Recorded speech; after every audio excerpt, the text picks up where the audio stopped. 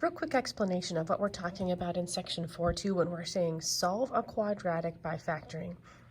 Quick refresh, we said in the previous section, another way to solve is by just looking at the graph and seeing where it crosses through the x-axis. The x-intercepts are also known as the solutions of a parabola or a quadratic equation.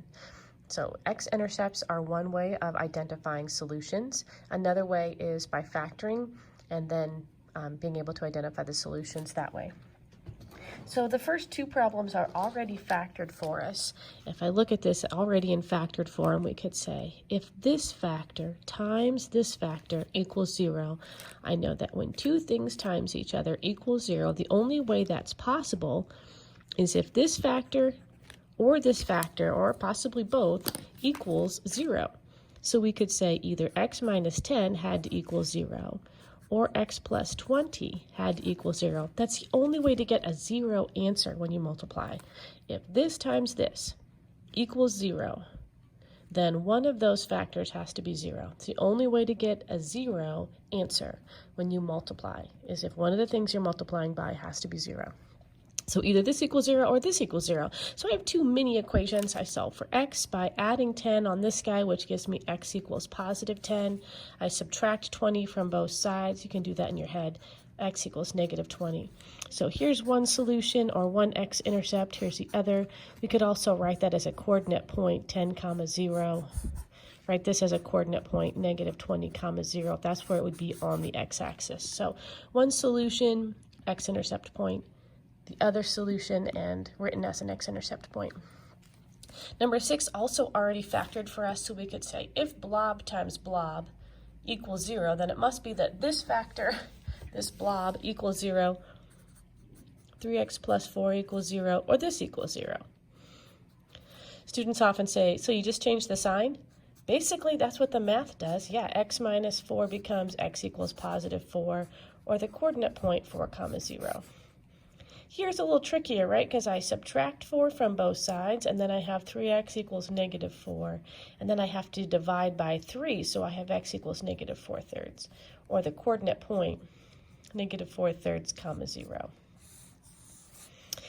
For this one, we have to factor. So you've done this really well. What multiplies to 32, but adds to 18.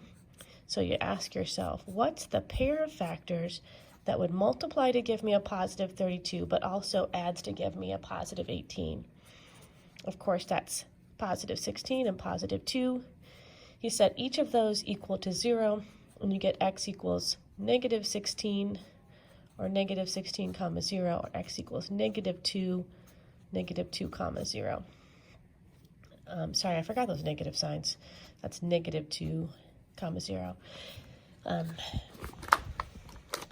Notice this one doesn't have 0 on this side.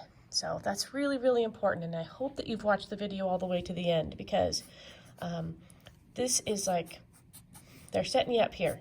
You have to have a 0 on this side, otherwise you don't have the power to say, when I factor it, something times something equals 0. That's your power here, is if it equals 0. So my first step is to move that 9 over, so that I have x squared minus 8x minus 9 equals 0. Now I have the 0 product property, and I can factor this to be x minus 9, x plus 1 equals 0.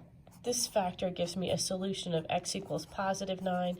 This gives me a solution of x equals negative 1, or the coordinate point 9, 0, negative 1, 0. So these are my two solutions. That's kind of what I'm looking for on this homework assignment. Let me know if that does not help, if you still are unsure, Mark.